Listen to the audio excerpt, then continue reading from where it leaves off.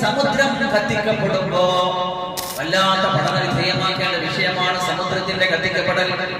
ഹദീസുകൾ കാണാം, തഫ്സീറിൽ കാണാം, ചില മഹാന്മാര് സമുദ്രത്തിൽ നിന്ന് ഒതുകൊടുക്കില്ലായിരുന്നു. എത്രേ എന്താ സമുദ്രത്തിൽ നിന്ന് ഒതുകൊടുക്കാത്തത്?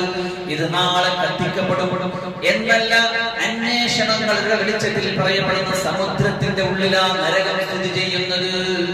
ഈ നമ്മുടെ പറയാം, പെട്രോൾ കിണറുകളിൽ ഇറാഖിലും കുവൈറ്റിലും ഒക്കെ യുദ്ധം നടക്കുമ്പോൾ പെട്രോളിന്റെ കിണറുകൾ തീയിടപ്പെടും. അതിങ്ങനെ മാസങ്ങളോളം കത്തിരിക്കുന്നതൊക്കെ നമ്മൾ കേട്ടിട്ടുള്ളതുപോലെ സമുദ്രത്തിലുള്ള വെള്ളം മുഴുവൻ അത് പെട്രോൾ പോലെ കത്തിച്ചൊലിച്ചു കഴിഞ്ഞാൽ പിന്നെ അതാണ് ജഹന്നമായി നരകമായി മാറുന്നതെന്ന് കേട്ടതിന്റെ അടിസ്ഥാനത്തിൽ പിന്നെ നരകത്തിന്റെ ഭാഗമാകാനുള്ളത് കൊണ്ട് ഞാൻ കടലിൽ നിന്ന് ഒഴിവു ചെയ്യില്ല എന്ന് പറഞ്ഞ പണ്ഡിതന്മാരുണ്ട്.